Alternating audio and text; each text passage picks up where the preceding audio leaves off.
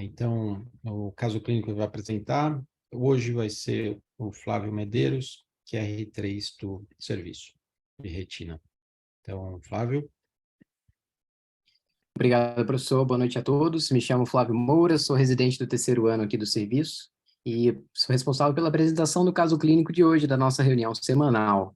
Gostaria de agradecer ao professor Sérgio pela escolha do caso e ajuda na orientação da apresentação, e a doutora Sâmia também, que nos contribuiu com a documentação do caso. O caso que eu trago hoje é de um paciente jovem de 23 anos, natural e procedente de São Paulo, jogador de futebol amador, que se queixou de uma baixa súbita de visão apenas no olho direito de forma indolor um mês atrás, tendo negado, então, patologias oculares ou sistêmicas prévias.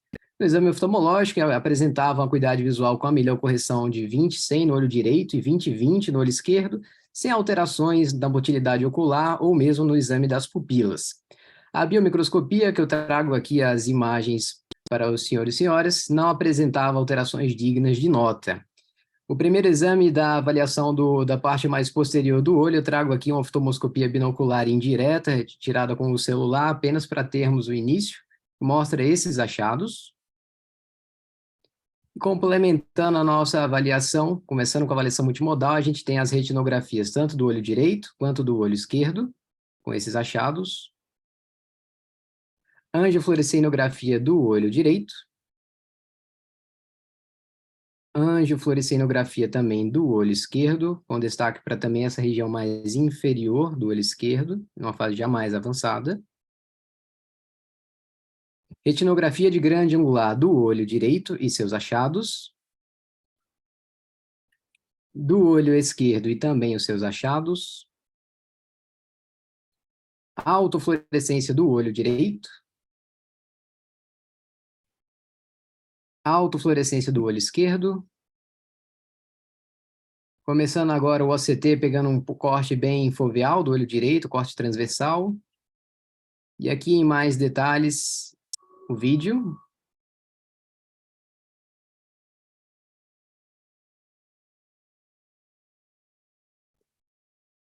Corte foveal do olho esquerdo, transversal.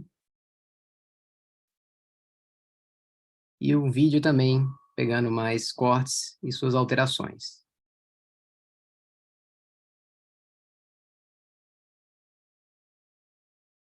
Bem, então a gente está diante de um caso de um paciente jovem de 23 anos, com baixa de visão no olho direito há um mês, chegando a 0,2, e esses achados na avaliação multimodal, gostaria agora então de abrir para hipóteses diagnósticas. Perfeito. Ótimo, Flávio. Então, como a gente vai discutir? Então, o paciente com essas hemorragias nos dois olhos, jovem, com alteração visual em apenas um olho. Cleide e André, o que vocês pensariam, como vocês conduziriam essa investigação? Bom, um paciente jovem e previamente saudável, que apresenta hemorragias nos dois olhos. No olho direito, a baixa de visão é por causa dessa hemorragia sublimitante macular. No outro olho tem hemorragias em vários níveis, né, intraretinianos. E o que chama atenção é que na anjo tem essa área que os vasos estão impregnados aí nasal inferior no olho esquerdo. Parece que tem uma leucostase, alguma coisa, uma impregnação nos vasos. O Flávio, Então, Cleide, Flávio, você quer mostrar o que a Cleide está descrevendo? Talvez na foto maior, essa pequena está difícil de a gente ver. eu não teria visto, mas o Flávio chamou atenção, daí Uhum. Vou colocar aqui agora. volta um pouquinho. Fica mais fácil para todo mundo acompanhar. Parece que tem uma impregnação dos vasos pequenos, mais para baixo, não sei se está fora de foco. Lá no, Mais a embaixo. gente está falando lá embaixo. Isso aí. Isso, é um vazamento discreto. E tem Vazamento. parecem umas lesões, parecem uns microaneurismas também. Microaneurismas, por isso que eu falei em estase, né? Uma coisa sugere. Ele não tem dilatação venosa, mas aparentemente tem uma lentificação de fluxo, quer dizer, que eu acho que está aí a origem dessas hemorragias. Um paciente jovem previamente saudável, pensaria numa doença hematológica, mais especificamente já pensaria numa leucemia, mas acho que tem que fazer uma investigação clínica, começando por um hemograma, né? Perfeito. Algum diferencial para alguma doença hematológica? Um jovem saudável, assim, leucemia, linfoma, acho que não. Porque, Mas, Cleide, saudável em termos, você está pensando não, numa leucemia, porque né? ele é um atleta, né? Ele era previamente saudável, previamente saudável. Ah, Tá. bom, só se ele tem uma história que vocês omitiram. Não, não. Estou dizendo que você está pensando numa patologia grave, certo? Então, Sim. não necessariamente ele é saudável. Ele pode Não, ter não, mas é alguma que ele coisa que era não saudável, tenha porque ele é um sintomas. esportista, né? Não é uma Sim, pessoa que tem uma sim. história de doença Não, crônica. não. E é por Por isso que eu exemplo, penso uma pessoa com uma leucemia, com uma anemia de outra causa, que não seja leucemia, por exemplo, pode ter não uma poderia. manifestação igual, certo? Eu Não sei que ele esperaria. estaria jogando bola. E eu não É, sei se ele estaria jogando bola com essas alterações. Ele deve, talvez, nas últimas semanas, né, Flávio? Ele deve ter ficado um pouco cansado, cansado, se é. tiver com uma anemia, com essas hemorragias. Que aqui a gente está vendo, né, Cleide, não são sinais diretos de leucemia, são Não, sinais não, são indiretos, sinais né? de lesão endotelial por leucostase ou até por isquemia, no caso de uma anemia severa, ou uma leucostase, no caso de uma leucocitose muito intensa, né? Ou até as hemorragias por uma anemia severa, Isso, por certo? anemia severa com lesão endotelial, por isquemia, né? Isso que eu comentei, ou anemia severa, ou uma leucocitose muito importante, ou até uma plaquetopenia importante Perfeito, também. perfeito. Então, ele poderia ter alguma alteração relacionada a uma anemia severa, dentre elas, talvez uma leucemia que você citou, que pode ser uma apresentação inicial, certo? André, algum outro diferencial que você incluiria aí? Eu concordo, eu acho que existe alguma condição hematológica a ser investigada, alguma displasia sanguínea, né? A leucemia eu acho que também é uma boa hipótese. E tem um paciente jovem, a princípio até o momento rígido, né? Com quadro bilateral, a gente tem que pensar uma doença sistêmica mesmo, afetando os dois olhos, né? E só lembrar que, não acho que é o caso, né? Mas uma outra condição que também pode cursar com hemorragias assim mais periféricas, né? Não exatamente nesse padrão, mas um pouco parecido, é endocardite, né? Também é uma outra condição que eventualmente pode se apresentar assim com hemorragias periféricas, né? As manchas de Roux, né? Mas Isso. não acho que seja o caso, mas entraria aí no diferencial com uma possibilidade menos provável. Ótimo. Então, talvez para esclarecer, a gente precisa, como a Cleide resumiu, e você está confirmando, André, talvez uma avaliação laboratorial a gente faria essa investigação, né? Com elaboração veterinária e multidisciplinar, dependendo das alterações de exames de laboratório. Flávio, vamos ver como é que você conduziu o caso aí, como é que vocês conduziram? Vamos lá, professor, agradeço os comentários. Então, como os senhores já comentaram, vamos pedir alguns exames.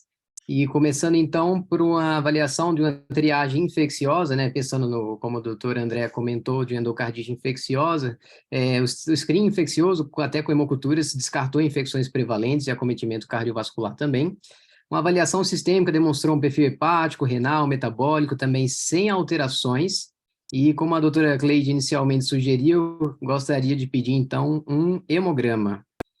E então, em relação ao hemograma, veio, para nossa surpresa, começando com anemia muito importante, de 6,8 gramas por decilitro, e se a gente prestar atenção aqui no leucograma, ele tinha 120.980 leucócitos nessa amostra. Lembrando que o valor de referência é até 11 mil por esse laboratório. E esses leucócitos aumentados estão às custas de 95% de blastos. Diante disso, a equipe assistente do ICESP, a hematologia especificamente, solicitou então uma biópsia de medula óssea com imunofenotipagem, e aí a gente teve uma positividade para um monte de CDs, CD10, 19, 22, 45, 79 e tudo mais, que para a gente precisa saber, na verdade, que o diagnóstico a gente fechou na leucemia linfoblástica aguda da linhagem de células B, que então foi o nosso diagnóstico, professor.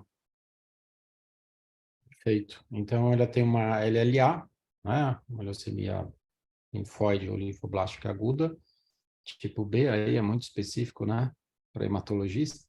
E como é que foi a conduta a partir desse ponto? Então, o quadro oftalmológico é sugestivo, né? Isso foi confirmado por um exame laboratorial e por uma biópsia de medula para confirmar isso, né? A linhagem. E a partir daí não tem um tratamento específico oftalmológico, mas tem um tratamento clínico, o paciente vai melhorar da anemia, vai diminuir os leucócitos e o quadro oftalmológico vai melhorar secundariamente, certo? Então, você tem evolução desse paciente? Perfeito, professor. Essa evolução do paciente foi iniciado o tratamento para doença de base, a quimioterapia, que na LLA ocorre em 4 fases, mas também tem o tratamento de suporte para toda a pancitopenia e também um tratamento para tentar prevenir a síndrome de lise tumoral. Mas então foi iniciada a quimioterapia sistêmica e aqui a gente tem a evolução das lesões, tanto no olho direito quanto no olho esquerdo. O esquerdo já estava com a acuidade visual de 20/20. A gente consegue perceber a involução da hemorragia sublimitante que existia, com manutenção da acuidade visual, e no olho direito, não só com o tratamento, mas também até com a própria história natural do sangramento, a gente teve uma diminuição dessa hemorragia e a melhora da acuidade visual para 20/20 nesse olho com a correção. Posso prosseguir? Flávio, um pouquinho antes, deixa eu só coloca a autofluorescência dos 2 olhos. Eu vou fazer uma pergunta para quem estiver ouvindo, não para a Cleide nem para o André, mas vocês podem responder pelo chat, tá? Vocês lembram que tem uma hemorragia aqui nessa localização, e essa lesão é hiperautofluorescente. Mostra o outro olho. Também você tem esse ponto hiperalto, mas o outra hemorragia é hipoalto, em cima. Então, eu queria que vocês respondessem aqui no chat, porque as 2 lesões maculares são hiperautofluorescentes e essa lesão supramacular é hipoautofluorescente, sendo que todas são hemorragias.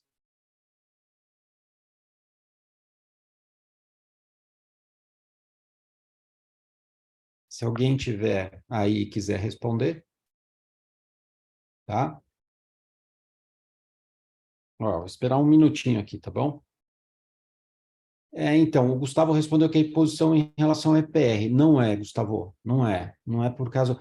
Eu entendo que se fosse abaixo do EPR, talvez tivesse uma fluorescência alterada, mas aqui ela está na mesma localização. Ambas as hemorragias estão abaixo da limitante, tá? Então não é a localização, é um outro fator, certo, Gustavo? Tá? Mas foi uma boa ideia, tá? Alguma outra... o Flávio vai pagar um jantar para quem responder aqui, tá, Flávio? Beleza, professor. Cadê a Lívia? Ninguém? A Lívia não está aqui, sorte sua. Então, as hemorragias agudas, elas são hipoautofluorescentes. As hemorragias que têm um tempo de duração, tem fibrina não, a Sema está falando da densidade, o Leonardo falou mais antiga é hiper, isso, exatamente, mais antiga é hiper, Leonardo, eu sei, mas não foi essa a pergunta, por que ela é hiper? Porque a quantidade de fibrina é maior, tá? E a fibrina tem essa hiperrefletividade aí, tá? Então, hemorragias, a gente vê na autofluorescência, hemorragias agudas e hipoautofluorescentes, hemorragias tardias e hiperautofluorescentes, por isso, tá? Então, o Leonardo quase acertou aí, tá? O Gustavo e a Sâmia fizeram questionamentos aqui interessantes, tá? Que a gente pode pensar nisso, tá? Mas só para vocês verem que a gente pode conseguir determinar o tempo de evolução de uma hemorragia se a gente fizer, por exemplo, uma autofluorescência. Na medida que o sangue for ficando amarelado, ou ainda nem deu tempo de ele ficando amarelado, ele vai mudando a consistência dele, a autofluorescência vai se alterando, tá bom? Você quer fazer a revisão agora? Só um comentário antes da revisão. Esses pacientes é bom a gente avaliar a periferia e acompanhar, porque como eles têm essa leucocitose, eles têm uma leucostase, né? Não só uma lentificação de fluxo, mas lesão de endotélio. E às vezes na periferia, se esses eventos forem importantes, pode fazer uma isquemia e até neovascularização. Acho que não vai ser o caso aí, porque esse quadro eu acho que é recente, quer dizer, foi diagnosticado numa fase precoce, ainda não deu tempo de fazer isquemia periférica, mas é uma coisa que a gente tem que acompanhar e se preocupar. Perfeito, Cleide. Nas leucemias agudas, só comentando o que você falou, Cleide, nas leucemias agudas, como o quadro é mais grave, né, inicial, não tem muito tempo de evolução, a gente não dá tempo de fazer isquemia. ele tem outros sintomas antes, clínicos, né? Nas leucemias crônicas, em que essa alteração é mais lenta, em geral, você tem mais isquemia periférica porque você tem mais tempo de evolução, certo, Cleide? Com menos sintomas. Isso. E você pode abrir um quadro de uma leucemia, principalmente as leucemias crônicas, com hemorragia vítrea. Porque você fez isquemia, fez neovascularização, tem descrição de caso clínico, abertura de quadro com hemorragia vítrea, tá? Exatamente o que a Cleide comentou. Tá? É isso. Flávio, então vamos lá. Vamos lá, professor. O Léo acertou parcialmente, ao invés de ganhar um jantar, vai ganhar só um lanche. Vamos para a revisão da literatura. Então, já é bom, né? já é bom. Vamos começar a nossa revisão da literatura falando um pouco sobre as leucemias e as manifestações oftalmológicas. Roteiro, então, falaremos das leucemias e as diferentes formas de acometimento da leucemia no fundo de olho, na retina, propriamente dito. Então, vamos só falar alguns conceitos iniciais sobre as leucemias, que a gente conhece que são cânceres que têm origem na medula óssea. E aí, apesar de ter origem na medula óssea, você vai ter um acúmulo de células de toda essa linhagem de leucócitos.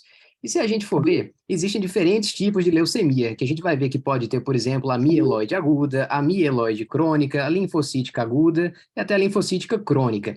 Mas então, o que é que faz essa diferenciação entre aguda e crônica?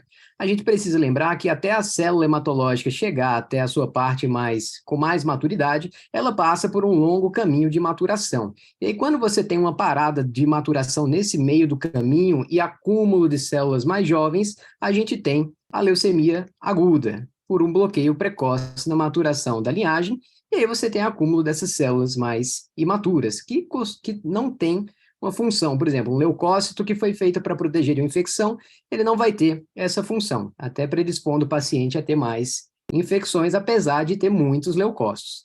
Só para a gente relembrar, o que é mais comum é a leucemia mieloide aguda. No Ocidente, a mais comum é a linfocítica crônica. Em crianças, adolescentes, a gente tem o caso do nosso paciente, que é a leucemia linfocítica ou linfóide aguda.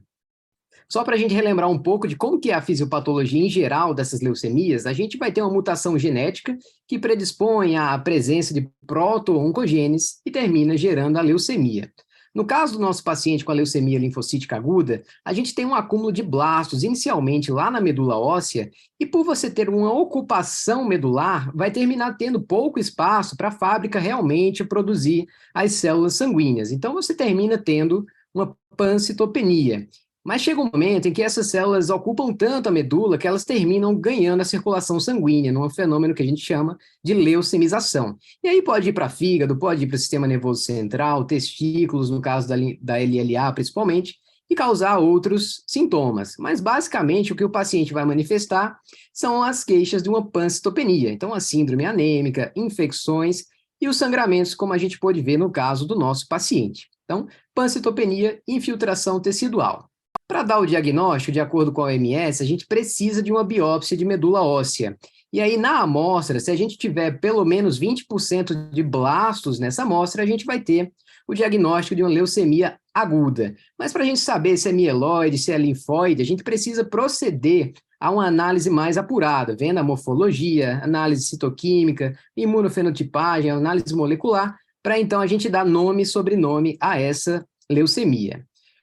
O quadro clínico da LLA, propriamente dito, passa pela pancitopenia, que a gente viu, mas o paciente pode manifestar outras queixas, como vocês podem ver, mas que não estavam presentes no nosso paciente. Ele apenas tinha uma anemia, então uma coisa que eu omiti de propósito é que, concomitantemente a essa baixa de visão, o paciente relatou que teve um pouco mais cansado quando ele estava jogando futebol nesse último mês, que coincidiu com a época do aparecimento dessas hemorragias e da baixa de visão. Afinal, uma hemoglobina de 6,8 não é simples. E aí a gente pode ver também que no paciente ele apresentava uma plaquetopenia inicial de aproximadamente 28 mil plaquetas, o que predispõe bastante a sangramentos. Tratamento, ele passa por algumas fases. Então, tem o tratamento específico com a quimioterapia, ao qual o paciente está se submetendo, mas a gente tem que ficar de olho na pancitopenia e também na profilaxia da síndrome de lise tumoral.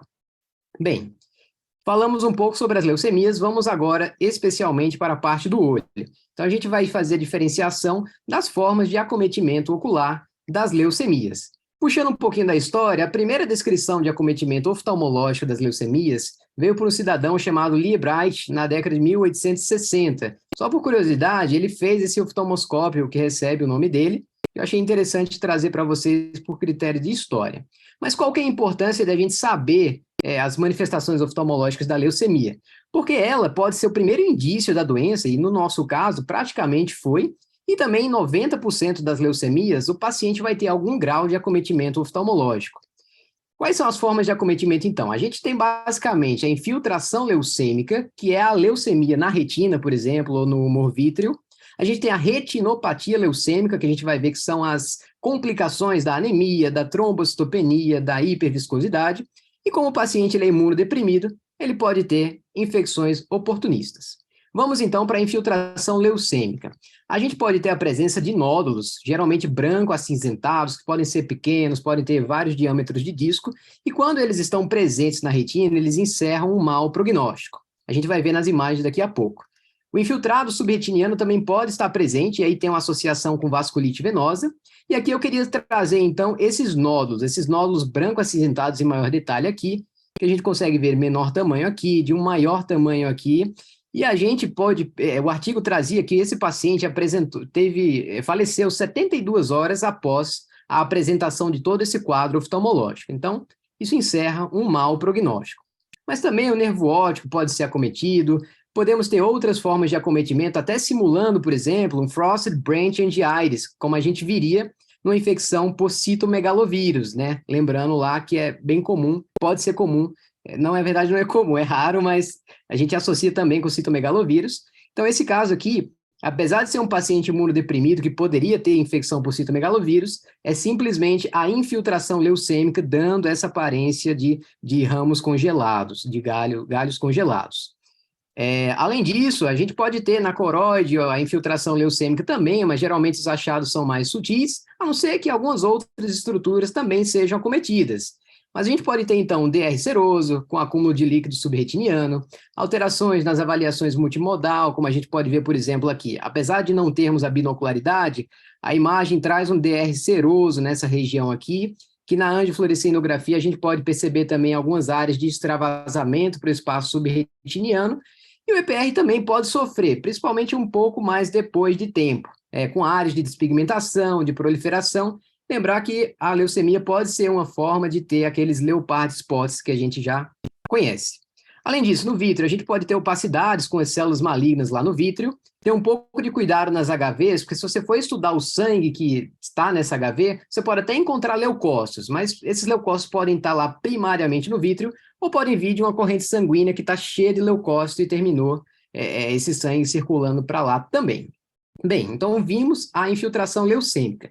O Ryan, no seu livro, define ainda uma possível infiltração leucêmica, principalmente nessa forma aqui que a gente consegue ver de uma hemorragia com um centro mais claro. Mas fica a dúvida, por que aqui é possível? Porque, na verdade, esse centro claro, há uma dúvida se esse centro claro é por causa de leucócitos doentes naquela região, ou simplesmente a fibrina, como o professor Sérgio comentou, que faz parte da evolução natural de uma hemorragia. Então, vimos a infiltração leucêmica, que é a leucemia mesmo na retina. Vamos falar um pouquinho agora da retinopatia leucêmica, que o conceito é aquilo que eu já falei. São manifestações retinianas causadas pela repercussão da pancitopenia.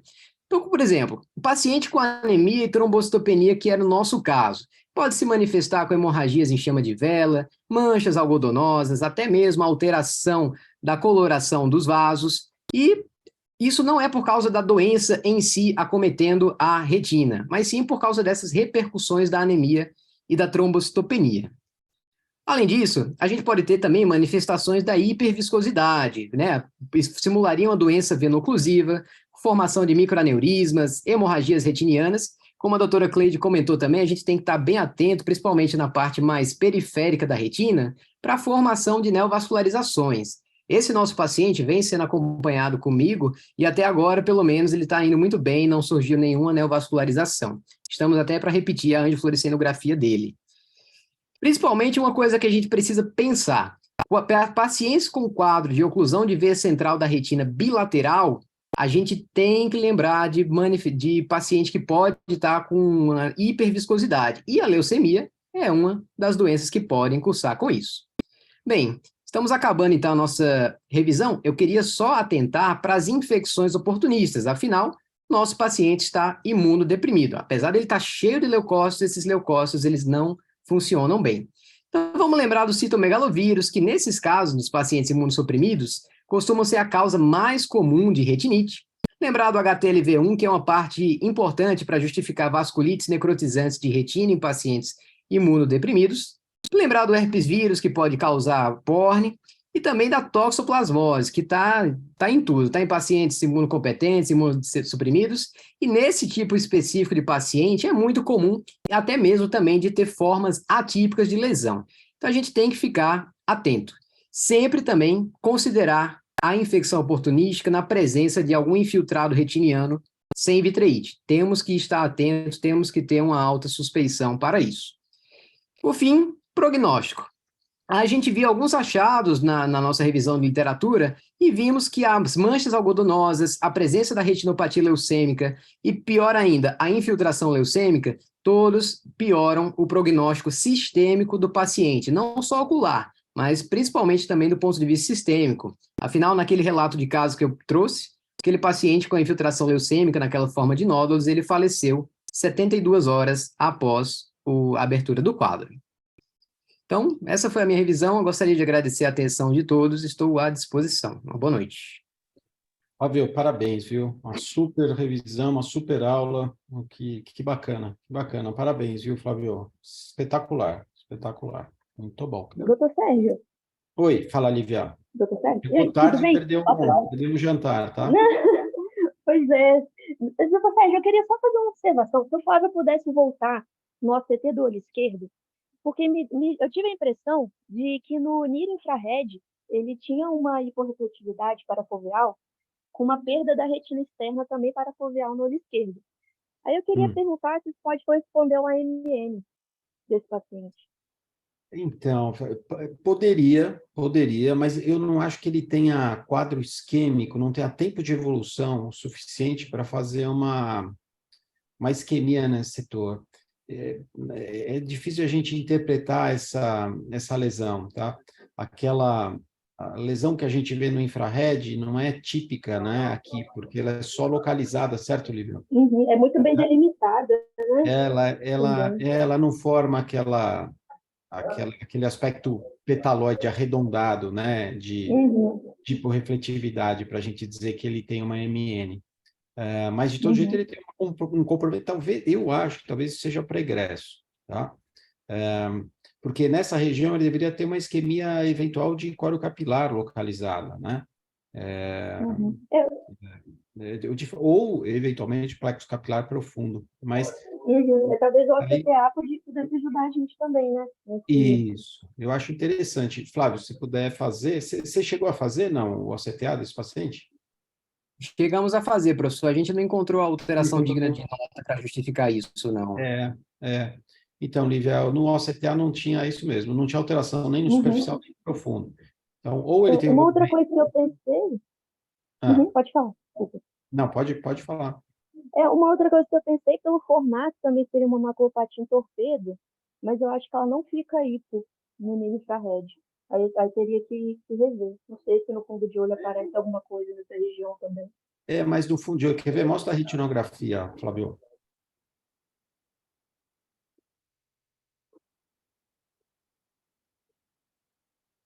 Então, aqui não tem alteração pigmentar, naquela localização de maculopatia em torpedo, né, Lívia?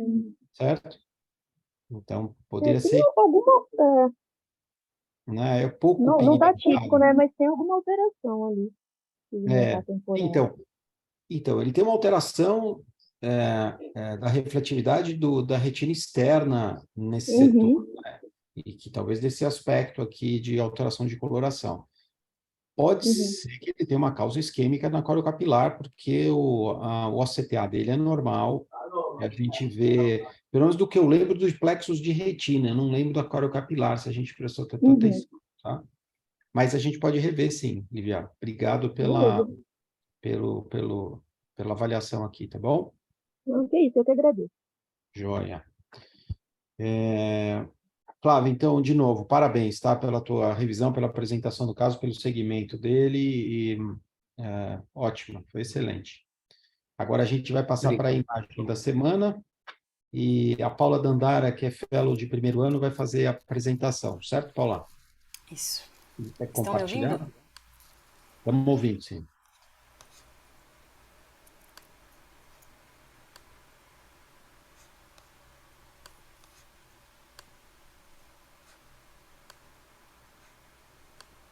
Tá, já está compartilhado, certo? Boa noite, eu sou a Paula, fellow de retina do primeiro ano. Vou apresentar hoje a imagem da semana. Gostaria de agradecer inicialmente ao Dr. Sérgio pela ajuda na elaboração da apresentação. Não está passando.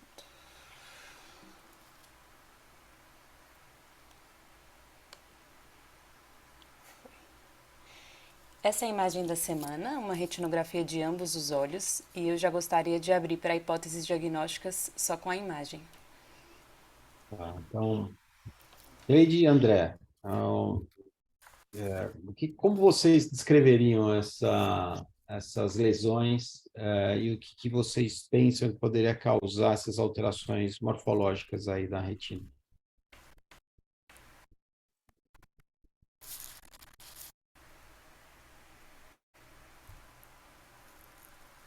Então, se vocês Parece uma descreverem alteração de interface isso, vítreo-retiniana, né? Como se fosse uma distrofia vítrea, assim. tá? Então, alguma coisa na superfície da retina está alterada aí, certo, André? A gente vê isso no olho direito, né? No olho esquerdo, se você for ver temporal superior ao disco, ele tem também uma imagem, talvez frustra disso, tá? Mas no olho direito é muito típica, certo? Né? Alguma ideia do que pode causar isso?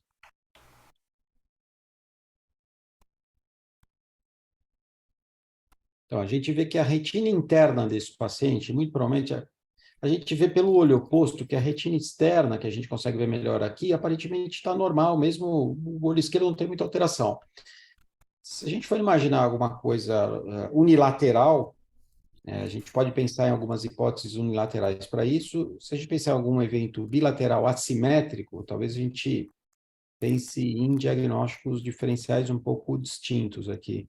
Eu não me recordo exatamente, mas não lembro se a síndrome de Goldman-Favre pode se apresentar dessa forma. Pode. É a síndrome Coniesse ampliado. Exato. Pode, Acho que essa é uma exatamente. hipótese. Então, ótimo, ótimo. Então, é um paciente jovem, certo, Paulo? Quantos anos tem? Então, Ou não é jovem? é uma mulher de 42 anos. A Certo. queixa de redução da visão do olho direito há 4 dias. E a visão era 20/40, 20/20. Então, André, a gente, para o Goldman Favre, né, se não conhece ampliado, a gente teria um paciente mais jovem, certo? Mas tem outras alterações, tem outras patologias que causam alteração eventual nessa interface, né? Ou na retina mais interna, né? A gente vê esse pregueamento aí da retina, né? Lembra de alguma coisa? Cleide, está quietinha aí. Não Lívia, estou pensando. Doutor Sérgio, uma vez, há muitos anos, foi apresentado numa imagem da semana uma distrofia que era uma maculopatia Shin, que era um brilho alterado, mas poderia ser alguma coisa desse... poderia ser. Apesar que teria que ser bilateral, né? Não seria unilateral. Tá, então, mas aí esse nome é um diagnóstico mais genérico, certo? É um diagnóstico mais específico para isso. Você lembra? O que é? Você lembra o que afetava isso? Não. Tá, mas é por aí, tá quente. Uhum. Eu lembro que era Shin maculopathy, alguma coisa assim. Tá, Era isso. desse brilho mesmo alterado. Tá, então, pode ser, é um diagnóstico que hoje a gente tem isso mais preciso, né? Mas faz parte dessas alterações. Então, a gente tem, olha, dois diagnósticos. O André falou o Goldman Favre que bate, tá? A Shin maculopathy talvez se encaixe aí. Cleide, sniffer, você considera com essas alterações, por exemplo? Você vai ver o ACT mais para frente. Ou não, unilateral, mulher, Pode certo? ser, porque é uma doença puramente tracional. Então, Né? começa com esse brilho perimacular. Se a gente fizer o ACT, pode ser que tenha aí a clivagem, a Tá, esquises na mácula. ótimo. Então a gente vai mostrar o OCT agora, Paula? Então, essa imagem fica bem evidente essa alteração no brilho na retina interna. E aqui no OCT, acompanhando aí pela seta, tem essas cavidades císticas na retina interna, tem esquise, tem uma complicação que é o descolamento seroso, e na imagem inferior é um corte mais temporal, a fóvea, mostrando cistos separando a membrana limitante interna da camada de fibras nervosas. Muito bem. Então, aqui ela tem duas alterações distintas. Tem uma alteração macular, que a gente vê fluido subretiniano aqui, né? E alterações de líquido e até esquise, né? Na retina neurosensorial. E na imagem abaixo, que corresponde a essas alterações lineares aí, que a gente viu no fundo de olho, você tem essa imagem de fragmentação num tecido que divide a membrana limitante interna que está acima, né, da camada de células ganglionares está um pouquinho abaixo dessa lesão, que é a linha hiperrefletiva, a mais interna, camada de células ganglionares, e a linha hiperrefletiva mais interna é a membrana limitante interna. Entre essas duas estruturas, você tem essa clivagem, tá? E é isso que é o principal a componente dessa patologia. É rara, bastante rara, então é difícil a gente fazer um diagnóstico sem ter visto isso antes. E é Posso- difícil. Tem ERG esse paciente? Tem, depois. Tem o ERG. Não, Mas, porque André, o diagnóstico, o ERG é só como complemento diagnóstico, viu? Mas por quê? Você estava pensando no quê? Não, porque na distrofia de Coniesse você confirma com ERG, né? Na verdade, né? Sim, Não sei, o sim, OCT bate, né? O OCT bate. sim, sim. Doutor Tá, Sérgio, o mas senhor quer que eu mostre a imagem do outro olho também? pode Na mostrar, mostra que é interessante. Então, aqui é a imagem do olho direito, que era o olho da queixa da paciente, que tem mais alterações. Aqui, na verdade, é uma evolução do quadro, porque em 4 meses ela teve piora da visão. O olho esquerdo também tem essas alterações de brilho, mas na descrição desse relato, a fóvea era descrita como normal e o corte da OCT que eles publicaram era um corte mais inferior à fóvea, mostrando uma membrana epirretiniana, que pode ou não estar associada, mas o que eu queria dizer é que o diagnóstico é bilateral, só que com bastante assimetria. Então, André, o Goldman-Favre é bilateral e simétrico, né? E as alterações não estão... Essas alterações na interface entre a limitante... Você vê que no olho esquerdo embaixo, se você for ver o OCT, além dessa imagem hiperrefletiva aí, que está descrito como uma membrana, você tem uma alteração também discreta na margem lateral dessa imagem de OCT de baixo, né, do olho esquerdo, entre a camada de células ganglionares e a limitante interna, né? Então, parece que é um quadro assimétrico, que o início dele é como está no olho esquerdo, e a evolução dele é o que aparece no direito, tá? O São diagnóstico estágios diferentes, né? em estágios diferentes. Um estágio inicial no esquerdo e um estágio mais avançado no direito. Então, a paciente ao redor de 42 anos, 20/40 de visão no olho direito, que é até uma visão boa para o que ela tem de alteração, e 20/20 no olho esquerdo, sendo assintomática no olho esquerdo, certo? Faz parte do diagnóstico diferencial, então, retinosquise ligada ao X, que não é o caso dessa paciente, ela é uma mulher, Goldman-Favre, que o André comentou, Alport é um pouquinho diferente, mas Alport dá aquelas alterações de retina interna, mas não dessa forma, né? Temporal. Sniffer, que a Cleide comentou, né? E o diagnóstico dessa paciente aí, que é outro, que a Paula agora vai descrever. Então, Paula, se quiser... Posso falar, então? Sim. Então, o diagnóstico é distrofia da membrana limitante interna ou distrofia do brilho das células de Miller. Então, é uma distrofia retiniana genética rara, cursa com esse brilho macular clássico associado a esquise e cavidades císticas. Os primeiros casos foram relatados em 91 e a fisiopatologia envolve um defeito primário nas células de Miller. Tem também outras hipóteses, como defeito primário do vítreo, levando a uma tração vitreoretiniana, mas para essas outras teorias não teve evidência clínica ou histopatológica. Como tem muitos residentes, acho que vale a pena a gente relembrar algumas estruturas anatômicas importantes para a compreensão da doença. Então, as células de Miller, que estão representadas aqui nessa imagem em azul, são células gliais e têm muitas funções na retina. Tanto o suporte estrutural, anatômico mesmo, quanto funcional, né? Elas fazem parte da homeostase de íons de água, fazem parte da barreira hematorretiniana interna, têm função antioxidante, reciclam neurotransmissores e elas percorrem toda a retina neural e se encontram entre a membrana limitante interna, que está aqui acima da camada de fibras nervosas, e a membrana limitante externa, que é essa primeira linha hiperrefletiva aqui após a camada nuclear externa.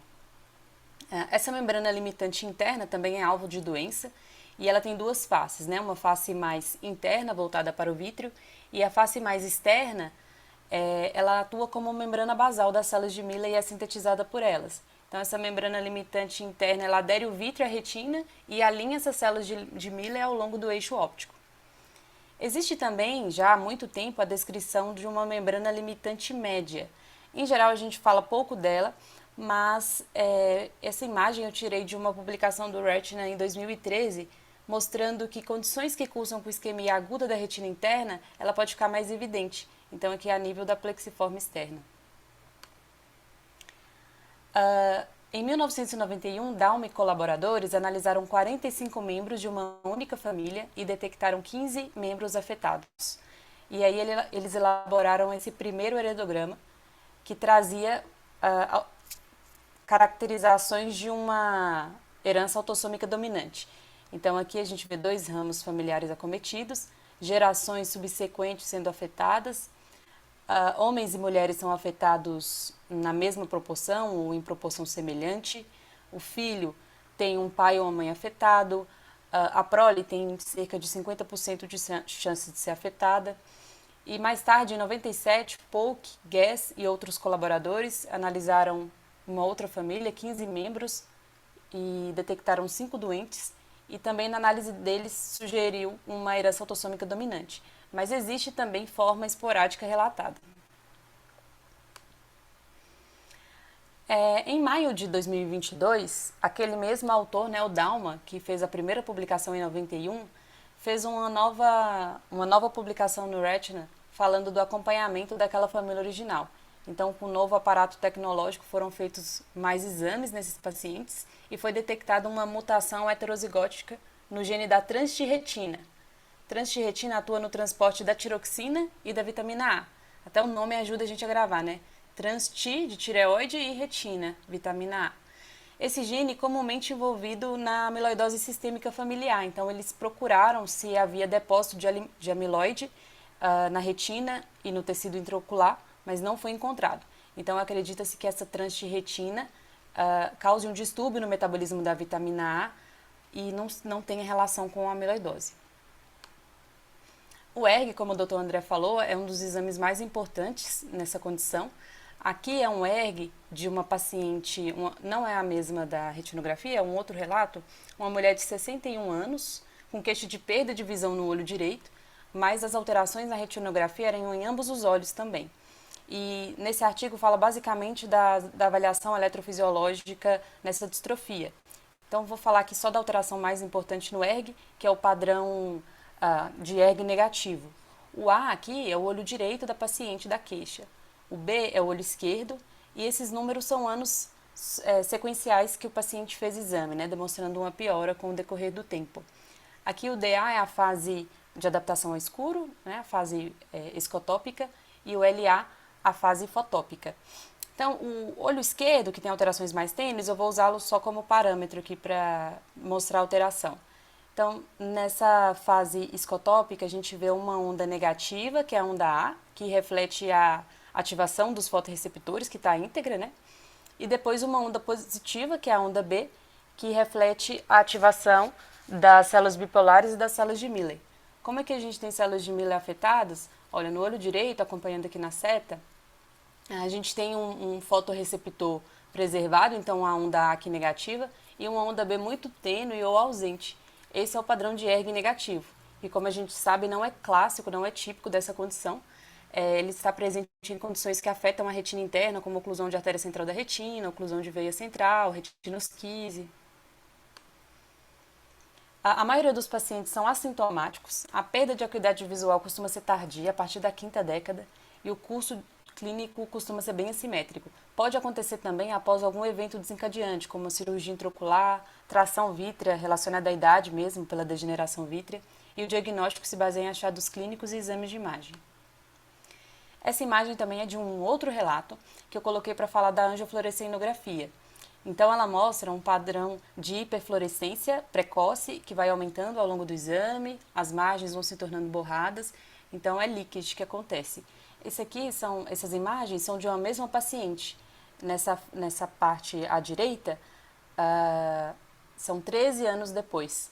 E no olho esquerdo ela foi submetida à vitrectomia. No caso dela não teve melhora. E aí mostra também um extravasamento capilar difuso. E interessante aqui que as alterações eles não se restringem ao polo posterior, pode acometer periferia também. E por que esse extravasamento, né? A membrana basal das células de Miller envolve todo o tecido capilar da retina. Então, vai acontecer um dano endotelial e extravasamento. Inclusive, as alterações são bem semelhantes ao que acontece na retinopatia diabética. Então, tem perda de pericitos, espessamento de membrana basal. O OCT ele pode mostrar também um padrão de progressão. Numa fase mais precoce, surgem essas cavitações, esses cistos na retina interna. Quando eles atingem a retina externa, pode haver edema macular cistoide, descolamento seroso, o paciente começa a ter queixa visual e, posteriormente, uma fase de pior prognóstico de atrofia. Como diagnósticos diferenciais, é bom a gente lembrar de tração vitreomacular e membrana epirretiniana, mas, em geral, são condições unilaterais, né, mas podem ser bilaterais também. São condições adquiridas. Na tração vitreomacular pode ter esquise, mas tende a ser focal. E a membrana epirretiniana geralmente é mais circunscrita ao polo posterior, pode cursar com esquise, mas em geral apresenta mais edema macular associado. A retinosquise juvenil pode dar alterações muito semelhantes, porque a mutação está no gene RS1, que codifica uma proteína super importante para as células de Miller. Só que é uma herança recessiva ligada ao X, então vai acometer mais meninos jovens. Como o Dr. André lembrou, um diagnóstico diferencial é a síndrome do cone S. Então, nessa condição, tem-se um aumento dos cones S, né, ou cones short, uma diminuição dos demais cones, diminuição severa de bastonetes, então o paciente tem nictalopia, perda de campo, podem surgir essas lesões brilhantes ao longo das arcadas e o OCT pode mostrar um padrão bem semelhante. A retinopatia de Alport, foi falada recentemente, né, pela Gabi em outra aula, afeta o colágeno tipo 4, que é componente das membranas basais de uma forma geral. Isso inclui a membrana limitante interna, então também pode cursar com esquise. Mas aí vai dar outras alterações no olho, né, na córnea, no cristalino e outras condições sistêmicas. Mactel tipo 2 já é uma condição adquirida, então surgem essas telangiectasias predominantemente temporais à fóvea. Costuma ser simétrico, mas também após a 5ª década. E na fisiopatologia tem-se uma degeneração das células de Miller, então pode cursar com cavitações, inicialmente na retina interna, né, mas depois pode progredir. Nesse caso aqui da imagem já tem áreas de atrofia. A neurofibromatose tipo 2 também é uma entidade muito específica, mas é colocada como diagnóstico diferencial porque pode dar displasia das células de Miller. Então aqui é um amartoma combinado de retina e EPR com esquise na OCT. E o sniffer, que também foi falado, é uma retinosquise foveomacular idiopática, tende a ser unilateral, afeta mais mulheres, a média de idade do diagnóstico é em torno dos 60 anos, e uma hipótese, né, é que ela surgiria depois de um descolamento do vítreo incompleto, gerando tração nas células de Miller. Não tem tratamento definitivo conhecido, já foram testados anti-inflamatórios não esteroidais, acetosalamida, corticoide, fotocoagulação a laser, mas sem melhora significativa. Também a vitrectomia, na maioria dos casos, não teve benefício, mas em geral os artigos mais novos, eles citam essa publicação de 2014 de uma vitrectomia bem sucedida com pile de membrana limitante interna. Então vou mostrar o caso bem rapidamente. Então, um paciente de 60 anos deu entrada com queixa de baixa de visão. Ele foi diagnosticado inicialmente com uma membrana epirretiniana acompanhada, a visão era de 0,5. 6 anos depois, a visão piorou para 0,05, e aqui dá para ver, né, aquele brilho retiniano alterado e as alterações típicas da OCT que a gente comentou. Aí aqui ele foi diagnosticado com essa distrofia, ele foi submetido à vitrectomia com pile de membrana limitante, teve um padrão uma melhora do padrão importante, né? Tanto da anatomia quanto da função, a visão melhorou, foi para 0,4. Depois começou a alterar de novo, formar cistos na retina, e aí eles controlaram com acetazolamida e o paciente manteve-se estável com uma visão de 0,4, ficou satisfeito com a cirurgia. Então, a cirurgia, ela não é uma conduta recomendada ainda pela literatura, mas é uma possibilidade terapêutica, né? Então, com os novos equipamentos, novas técnicas, talvez se torne mais efetiva. E era isso. Para quem não conhecia, é uma doença para a gente inserir aí nos nossos diagnósticos diferenciais. E agradeço a todos pela atenção. Muito bom, Paula. Parabéns. Excelente. Excelente apresentação, excelente revisão, super didática. Parabéns, Paula. Ótimo. Obrigada. Então, distrofia de membrana limitante interna, tá? Como a Paula disse, fazer parte dos diagnósticos diferenciais essas alterações de retina interna, numa fase mais avançada, desses cistos e degenerações de retina externa também. Ótimo. Agora o Guilherme Costa, que é R2, vai apresentar o artigo.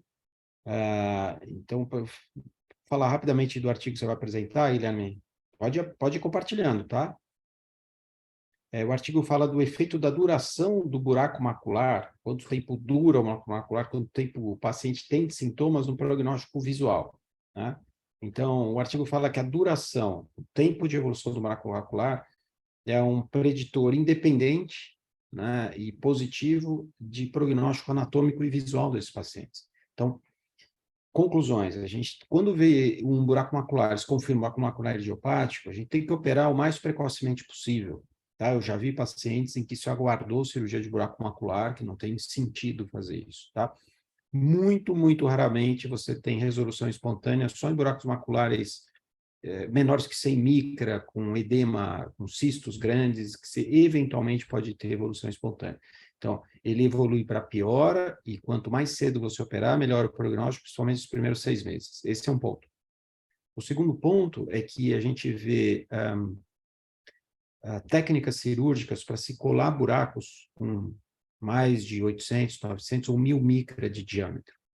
A gente pode ter resultados anatômicos nesses buracos, até com transplante de retina e outras técnicas, mas é pouco comum o ganho visual nesses pacientes, porque o tempo de evolução é muito grande. Então, o segundo ponto desse artigo é que é interessante você aprimorar as técnicas cirúrgicas para conseguir resolver buracos de 700 micra, 800 micra, né? E ter algum ganho visual maior. Mas buracos acima de 1000 micra, mesmo que você tenha resultado anatômico com técnicas mais agressivas,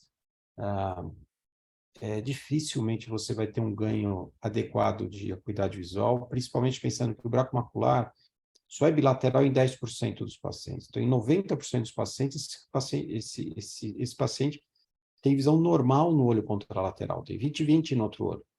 Então, se você operar um olho com 20/400, que tem um buraco grande de 1000 micra, esse paciente vai para 20/300. Será que isso é significativo para um paciente que vai ter 20/20 no outro olho? Né? Ao contrário, se você pega esse paciente precocemente, tem 20/70 de visão, você traz para 20/20, com escotomas paracentrais. Às vezes ele demora um pouquinho para encontrar a letra que ele está lendo, no 20/30, no 20/25, mas você melhora de uma forma significativa. Então, acho que o ponto principal desse artigo é mostrar que, olha, quanto mais precoce você fizer o diagnóstico, melhor o prognóstico visual desse paciente, mas o Guilherme vai detalhar esse artigo. Guilherme? Bom, boa noite a todos. Sou Guilherme, sou residente do 2º ano. Gostaria de agradecer ao Dr. Sérgio pela ajuda na montagem da apresentação. E hoje eu vou fazer a apresentação do artigo da semana. Bom, é um artigo que foi publicado pela Academia Americana de Oftalmologia, em tradução livre. É o efeito da duração do buraco macular nos resultados cirúrgicos. Aqui uma introdução rápida. Bom, o que seria um buraco macular? Basicamente, a ruptura da retina total, né, comumente envolvendo a fóvea.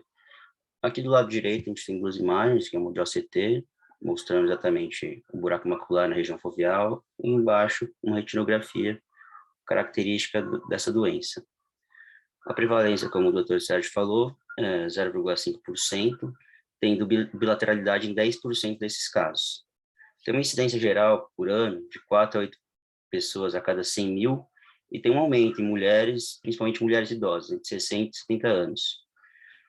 Se essa doença não for tratada, no caso cirurgicamente, a acuidade visual vai ser inferior a 20.200 na tabela de Snellen. O que isso implica? Implica numa qualidade de vida bem pior para o paciente. Bom, em relação aos sucessos cirúrgicos, agora, o que seria isso? Basicamente seria o fechamento do buraco pós-operatório e uma visão pós-operatória final adequada. Mas, no caso, geralmente pós-operatório, as acuidades visuais são bem variáveis, que eu vou mostrar um pouco mais à frente. Alguns fatores que interferem na acuidade visual e no fechamento desse buraco. Quais são? É o tamanho do buraco macular, depende, menor mais fácil, maiores mais difíceis de fechar e a acuidade visual mais prejudicada. A acuidade visual pré-operatória vai ter um desfecho pior futuramente, pós-operatório, e um tempo de duração dos sintomas do buraco macular. Buracos com diâmetro menor que 500 micras, de acordo com o estudo na introdução, foi dito que, que o fechamento ocorre de 85% a 95% dos casos. Bom, o objetivo dessa revisão é investigar o efeito da duração dos sintomas do buraco macular nos resultados cirúrgicos. Quais métodos foram utilizados? Bom, é uma revisão sistemática que incluiu 12 ensaios clínicos randomizados, dentre eles algum ensaio clínico americano. E o que estava incluso nisso? Eram só buracos maculares idiopáticos, não tinha nenhum tipo de buraco macular secundário, alguma outra causa. Levaram muito em consideração a duração dos sintomas, tinham todos que ter duração de sintomas bem documentados, tinha que ter dito se tinha um fechamento primário ou não, pós-operatório, e qual era essa acuidade visual final que o paciente chegava. Os artigos tiveram um período de 2000 a 2020, os artigos coletados. Bom, as características dessa revisão. Os pacientes, em média, tiveram idade mediana, na verdade, de 68 anos, com uma duração dos sintomas até a cirurgia de 6 meses, variando de 3 a 10. O diâmetro do buraco macular tinha 492 micras, aproximadamente, e a acuidade visual pré-operatória, na escala de Logmar, era 0,84, semelhante a 20/138 na Snellen. 88% dos pacientes foram submetidos a peeling de membrana limitante interna, e os outros 12 realizaram flap. Bom, uma relação entre o tamanho do buraco macular, acuidade visual e a duração dos sintomas até a cirurgia. Tiveram uma correlação positiva entre o tamanho do buraco macular e a duração dos sintomas. Nesse gráfico aqui, dá para ver claramente que, ao passar do tempo na duração, os buracos maculares crescem, tanto que no final não se encontra nenhum com tamanho reduzido. Já no início da duração, tem um concentrado vertical bem grande. O que quer dizer isso? Que sintomas de curta duração têm tamanhos variáveis, né? E o que isso implica na acuidade visual? Bom, nessa tabela embaixo, dá para ver que as durações têm uma implicância tanto no tamanho do buraco macular, quanto mais tempo de duração até a cirurgia, os buracos crescem e a acuidade visual tem uma queda. Bom, em relação à duração e o fechamento primário, houve fechamento primário em 81,5% dos pacientes incluídos nesses estudos, com uma duração média de sintomas nos casos que tiveram fechamento primário de 6 meses e os que não tiveram fechamento primário, o tempo de duração foram 9 meses. Aqui nesse gráfico fica bem claro, os que não tiveram fechamento primário, a duração ela tem um período maior de variabilidade, com a média concentrada em 9 meses, e os que fecharam tem uma variabilidade menor e com a média concentrada aos 6 meses. Na tabela abaixo, mostra simplesmente a proporção mesmo de fechamentos primários de acordo com o tempo de duração dos sintomas. Também mostra que quanto maior o tempo de duração de sintomas, menor a taxa de fechamento primário. Então, o que isso quer dizer? Que a maior duração, obviamente, implica na queda da taxa de fechamento. Mais um gráfico, só para ilustrar uma queda linear da porcentagem de fechamento primário em relação ao tempo. Tá? Aqui inicialmente próximo a 85%, no final, com 24 meses de duração, fica próximo a 75%. E, além do tempo, quais outras variáveis implicaram no fechamento do buraco macular? Bom, alguns foram a técnica cirúrgica, né? No caso, o peeling de membrana limitante interna ou o flap de membrana limitante interna, a acuidade visual pré-operatória, o face down após-operatório também, e o tamanho do buraco macular. Quanto menor, maior chance de fechamento. Agora, a relação entre a acuidade visual pós-operatória e a duração dos sintomas. Também, menor aqui nesse gráfico.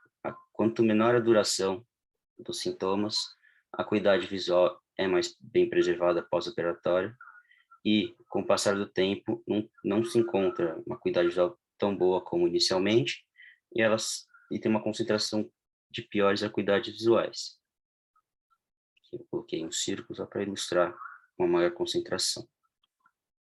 E quais as variáveis também associadas à melhor acuidade visual, além da duração? Bom, técnica cirúrgica, no caso da acuidade visual só teve relevância estatística o flap de membrana limitante interna, o peeling não teve relevância. O gás de longa duração, sendo C3F8 ou C2F6, uma melhor acuidade visual pré-operatória, um buraco macular menor, e se o paciente era fácil. Paciente fácil, se tiveram uma acuidade visual melhor. O que foi discutido nesse artigo?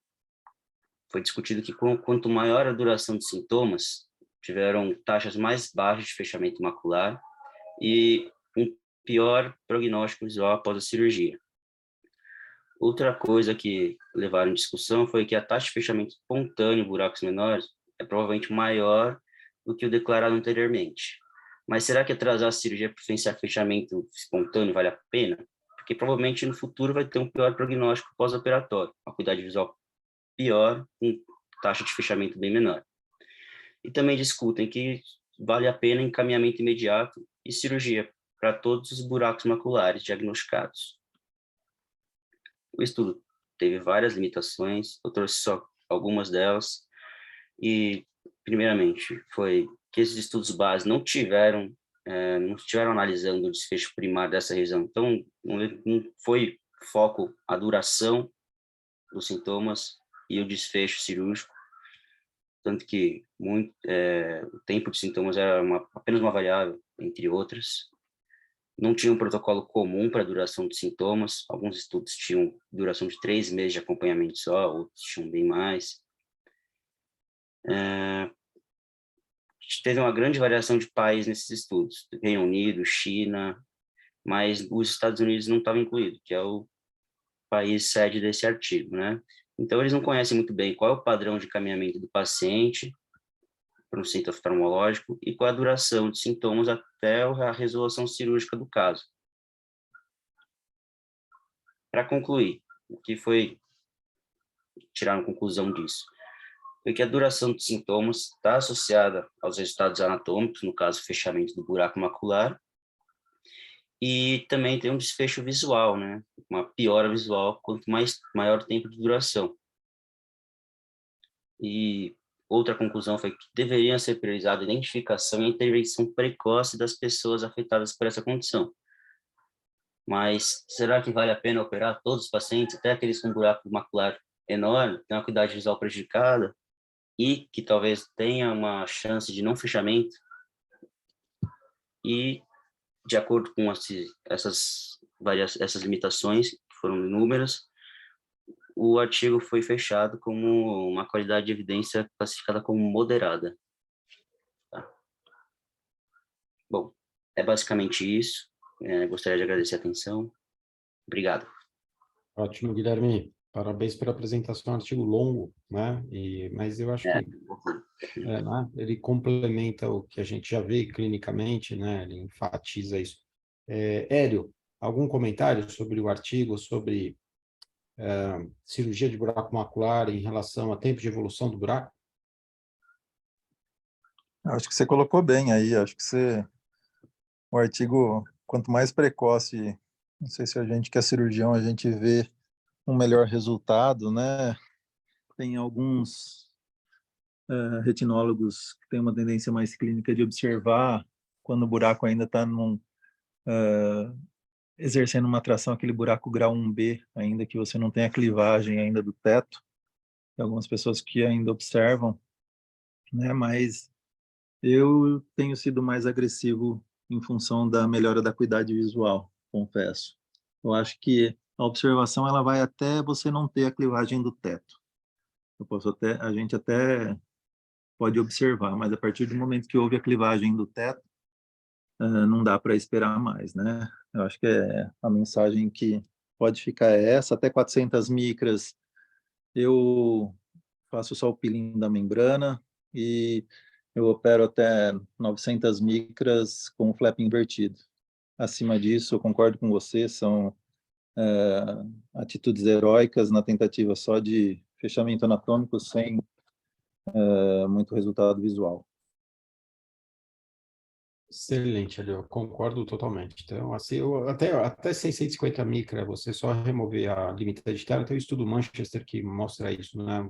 Revisão de prognóstico desse paciente de acordo com técnica cirúrgica, né? Acima de 650 cai a eficácia de você remover só a limitante, então, como o Hélio comentou, a gente pode fazer o flap de limitante, pode hidratar, fazer bolhas, né? Descolamentos da retina neurosensorial, para diminuir a tração eventual, não só da retina interna, mas da retina externa também, né? Outra técnica. E buracos acima de 1.000 micras, são buracos, né? Principalmente nos flaps planos, né? Você faz o descolamento. Isso, para tentar diminuir a tração, que seria uma tração de retina externa eventual, né? Para contrabalançar essa tração externa. Buracos acima de 900, 1.000 micra, a técnica é você fazer transplante de retina, mas o prognóstico visual dos pacientes é bem limitado, então a chave da coisa é você, como o Hélio comentou, como o Guilherme apresentou, é você fazer o diagnóstico precoce, fazendo o diagnóstico precoce, você já operar esses pacientes, e aí você vai ter um resultado visual e anatômico excelente, né? Então é isso. Obrigado, Hélio. Joia. Obrigado, Guilherme. Excelente, tá? Obrigado, Agora, professor. agora a gente vai... O Bernardo Kestelman, que é preceptor, ele vai apresentar o caso cirúrgico para fechar a reunião. Bernardo? Tudo bem, professor? Boa noite. Dá para ouvir? Dá. Tá aparecendo direitinho aí? Tá, perfeito. Bom, boa noite a todos. Então, para fechar a reunião essa semana, eu trago aqui o caso cirúrgico. Eu sou preceptor da residência desse ano e fellow do primeiro ano de retina cirúrgica. Queria agradecer ao professor Sérgio e à Lívia pela orientação na condução do caso e aos colegas Flávio, Luiz e Pedro Rissoli e Pedro Braga pelo acompanhamento conjunto.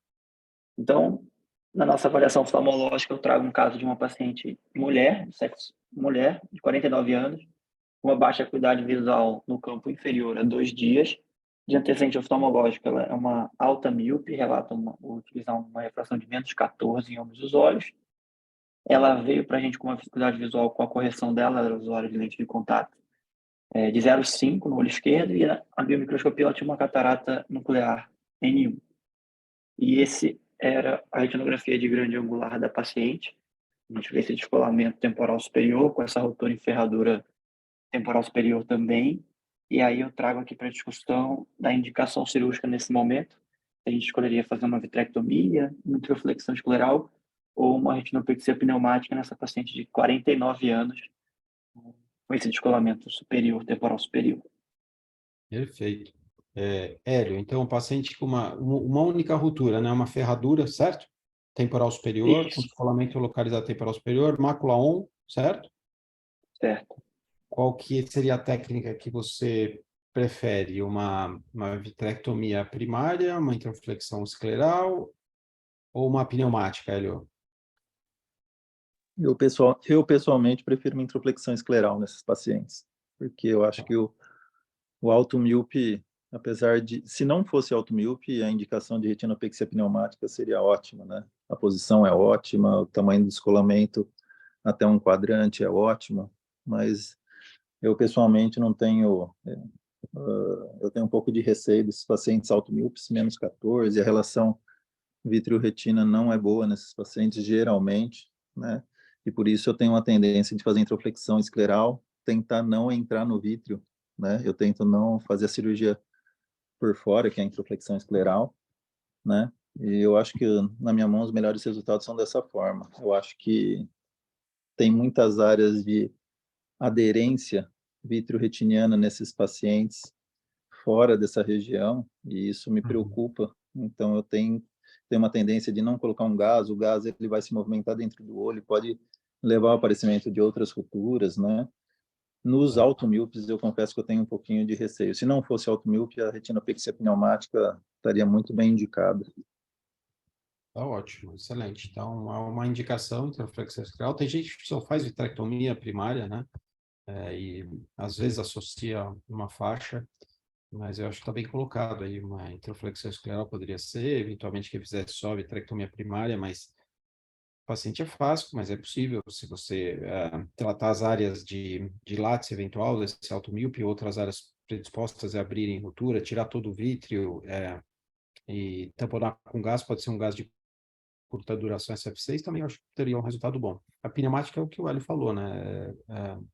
Talvez você tenha que ver como se esse vítreo está totalmente separado ou não, se tem alguma área de adesão que eventualmente a tua bolha vai fazer tração. Mas se você tivesse uma separação completa do vítreo, e levando em consideração que o nosso hospital tem um volume cirúrgico gigantesco, maior que as salas disponíveis, a gente tem usado bastante a pneumática, a gente tem estendido as indicações de pneumática clássicas pela dificuldade de sala cirúrgica para todos o número gigantesco de casos que a gente tem, né? Então, eu acho que as três condições, dependendo da realidade de cada uma delas, eu acho que são indicadas aqui, certo, Elio? Mas tem as preferências de cada cirurgião, eu concordo com ela. Bernardo, como é que vocês fizeram aqui? Bom, então, como o professor falou, as três possibilidades poderiam ter sido feitas, mas nós, nesse momento, optamos por uma pneumática, e aí esse é o aspecto no segundo pós-operatório da pneumática com C3F8. A gente vê que tem uma bolha formada subretiniana e uma bolha em cima da retina, né? Tem essa separação e uma bolha embaixo do descolamento, já com um descolamento já MAC-off nesse momento, né? Continuou para a fóvea e essa paciente já tinha uma visão de conta-dedos nesse momento. E aí eu trago para a discussão possíveis fatores predisponentes para ocorrer essa bolha subretiniana nesse paciente, como a gente poderia evitar esse surgimento dessa bolha e essa migração dessa bolha para o local subretiniano, e a conduta que a gente faria nesse momento, se a gente já iria direto para uma intervenção, como uma vitrectomia, existem alguns relatos de drenagem dessa bolha pela coroide, enfim, subretiniana, ou se a gente faria alguma posição de cabeça, aí eu abro para discussão. Perfeito, Bernardo. Então, Hélio, a gente acaba fora do hospital operando pouco com pneumática, ou não ampliando as indicações. Aqui é uma ampliação de indicação, porque é uma ruptura com tração, em geral a gente não faz ruptura com tração, você comentou do olho automíope, em geral a gente faz a indicação inicial foi para rupturas sem tração, rupturas menores, rupturas dentro de 1 hora de horário, né, em áreas pequenas, né? A gente não faz com 2 ou 3 rupturas, então a gente restringe a indicação. E aqui no hospital, por esse problema que eu comentei, a gente amplia as indicações. E aqui a gente tem uma complicação, que é uma bolha subretiniana ampliando a área descolada. Então, Leo, o que você faria? Você faria uma vitrectomia agora, tiraria essa bolha e refaria o gás, ou você tentaria uma posição de cabeça para tirar esse gás dessa posição? Alguma forma de injetar a bolha para evitar esse problema, né? Então, em relação a quais são os riscos aí desse paciente que você elencaria para ter tido essa complicação, alguma forma de ter evitado isso e como você resolve isso?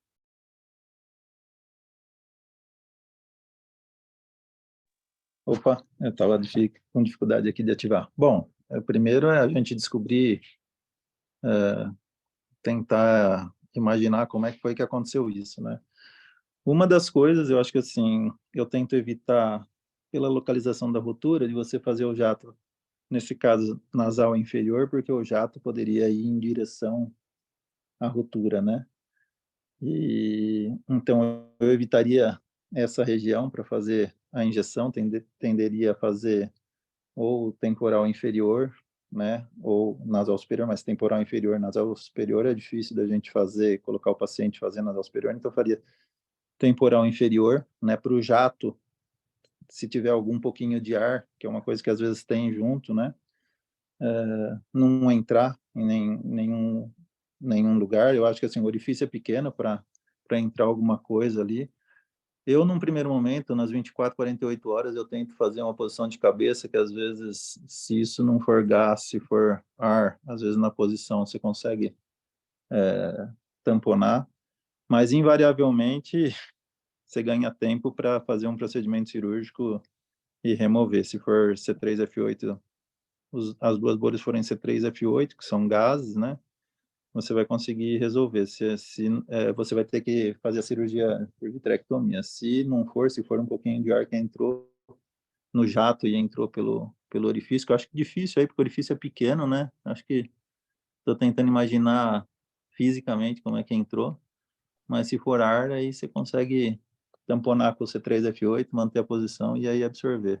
E aí você ganha tempo até para fazer o procedimento cirúrgico, né? Se você optou pela retinopexia pneumática, muitas vezes você ainda não está na sala cirúrgica, você vai ter ainda algum dia ou 48 horas aí para fazer a cirurgia, e se aproveita para observar se tem uma boa evolução ou não. Hélio, sabe como eu acho que entrou isso? Essa bolha deve ter se fragmentado. Então, aqui a gente já vê, o segundo PO, ele tem quase a expansão completa do gás, né? Então, acho que com 3 dias você vai ter a bolha com expansão, mas quando você injetou, se essa bolha se fragmentou e formou uma bolha menor, né? Lembra que a gente já está 0,3 ml, né? Então, se ela se fragmenta, ela fica num tamanho suficiente, pequena, para entrar subretiniana. E ela expande subretiniana. Então, ela entrou muito menor do que ela está agora, né? Eu acho que isso foi o que aconteceu. Então, eu acho que o cuidado para evitar seria você fazer uma injeção controlada, contínua, para evitar que você tenha fragmentação, certo? Formar bolhas pequenas. E orientar o paciente para não ficar mexendo muito a cabeça, que isso também pode formar uma fragmentação dessa bolha que tem que ser única, né? Para tamponar adequadamente, para evitar que esses fragmentos pequenos migrem para o espaço subretiniano. E outra coisa é a tração vítrea, né? Quer dizer, a tração acaba ampliando, dependendo da movimentação do paciente, abre mais a rotura e permite que essa bolha fragmentada entre, né? E então isso a gente falou então de fatores predisponentes, como evitar, e o Hélio eventualmente então falou de posição de cabeça. Se esse paciente eventualmente olhar para cima, ele olhar para o teto, né, deitado, e a gente tiver sorte, essa bolha eventualmente consegue sair, a tração até ajuda a manter esse buraco aberto para a bolha sair, né? É uma tentativa heróica, senão, como o Hélio comentou, a gente ia com vitrectomia, certo, Hélio? Vamos ver como é que o Bernardo resolveu esse problema. Bernardo? Então, como foi comentado mesmo, a gente optou por manter a posição de cabeça do paciente, orientar ele a ficar olhando para o alto, né, ao contrário do face down, para tentar com que essa bolha subretiniana migrasse pelo mesmo buraco retiniano que ela migrou para subretiniano. Então, e aí a gente pensando em, se isso não der certo, já programar uma vitrectomia para resolver o problema do paciente. Felizmente, essa aqui é uma radiografia do 7º PO, essa bolha de fato migrou de volta para o espaço, para a cavidade vítrea do espaço subretiniano. A gente consegue perceber aqui uma bolha praticamente única, né? Essa pequena bolha ao lado, mas uma bolha bem maior, única, já no espaço vítreo, já com uma resolução importante do descolamento. Ali a gente consegue ver a rotura ali à direita da bolha, um pouquinho com o fleco levantado ainda. Quando a gente vai para o 22º PO, a bolha já menor, mas já com a retina aplicada, já com as marcas de laser em volta da rotura. E no 45º PO, a gente vê uma retina totalmente aplicada, as marcas de laser ali na rotura temporal superior e já sem nenhum resquício de gás e o paciente voltou, no momento ele está com uma qualidade visual mantida em relação inicial de 0,5, 0,6. Então, é um caso bem interessante de um sucesso mesmo com posição de cabeça numa complicação de pneumática, né? Então, esse era o caso cirúrgico e uma complicação de uma possibilidade de cirurgia para descolamento de retina. Então, eu queria agradecer a todos.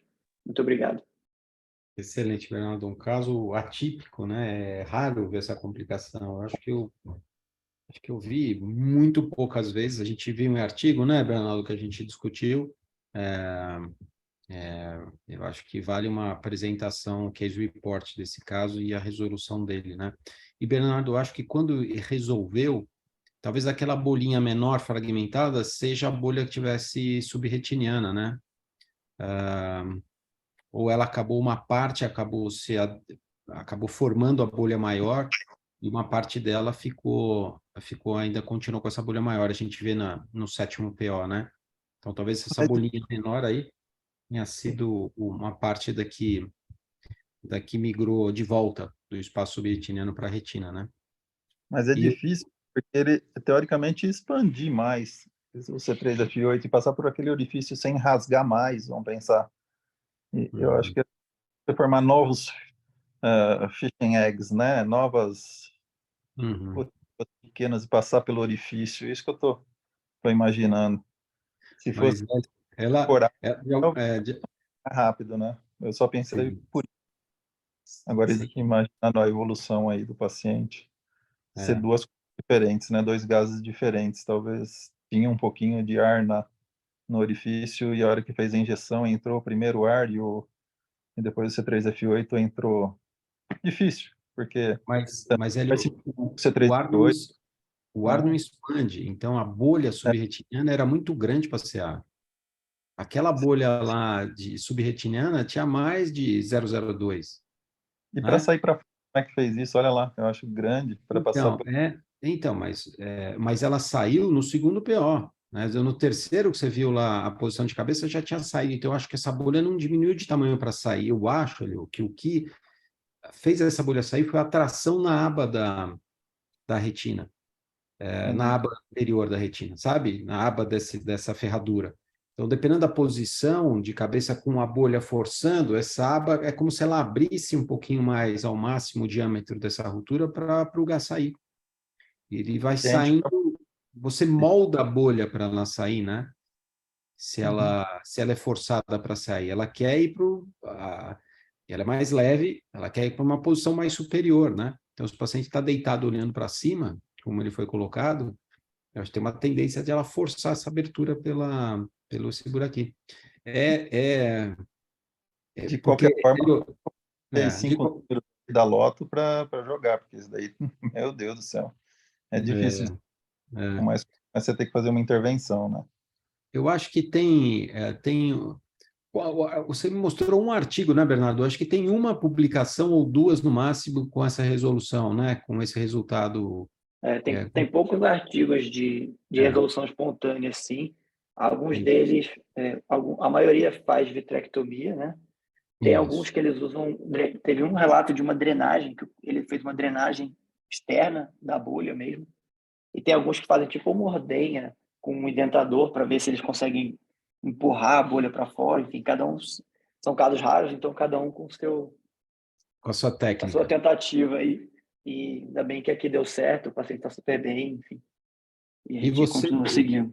você percebeu se na injeção teria ar, né? É difícil numa agulha só com C3F8 você injetar ar junto. Você percebeu se tinha alguma forma de entrar uma bolha de ar junto? Não, Não, e o professor, não. misturar, né? O ar não misturar com o C3F8, né? Porque às vezes você faz com diluição o C3F8, mesmo que tenha sido um pouquinho, mas ele se mistura, acho, no C3F8, entendeu? É difícil você ter só ar e C3F8. Estou imaginando o que pode ser. É duro, é gás, né? Os dois são gases, então eles vão se misturar mesmo se estiver na ponta da agulha. Estou imaginando, também é difícil o que eu estou propondo também, de ser só gás, só ar e o outro só C3F8. Não é fácil. De qualquer forma, a evolução foi ótima aí, serve como experiência para, se acontecer de novo, a gente ter essa alternativa de manobra para para conduzir. Ótimo, ótimo. Bernardo, parabéns pela apresentação, excelente, parabéns pela forma de conduzir esse caso, que é a forma mais simples, não precisou reoperar esse paciente para tratá-lo, né? E é muito, muito bacana, muito bacana. Então, olha, a gente está acabando na reunião do dia 23 de março. Eu queria agradecer aqui a participação dos comentários, né, da Cleide, da Lívia, do André, agora do Hélio, as apresentações excelentes aí do Flávio, da Paula, do Guilherme, agora do Bernardo. Queria agradecer também quem fez os comentários, a discussão aqui no chat, né, o Gustavo, a Sâmia e o Leonardo. Agradecer a todas as pessoas que participaram e as que vão ouvir pelo YouTube, tem participações enormes, a gente tem mais de 800, 900, 1000 participações pelo YouTube do pessoal que assiste. E na próxima quinta-feira a gente faz a quinta reunião do ano, tá? Uma ótima sexta-feira para todos, um ótimo final de semana, até semana que vem.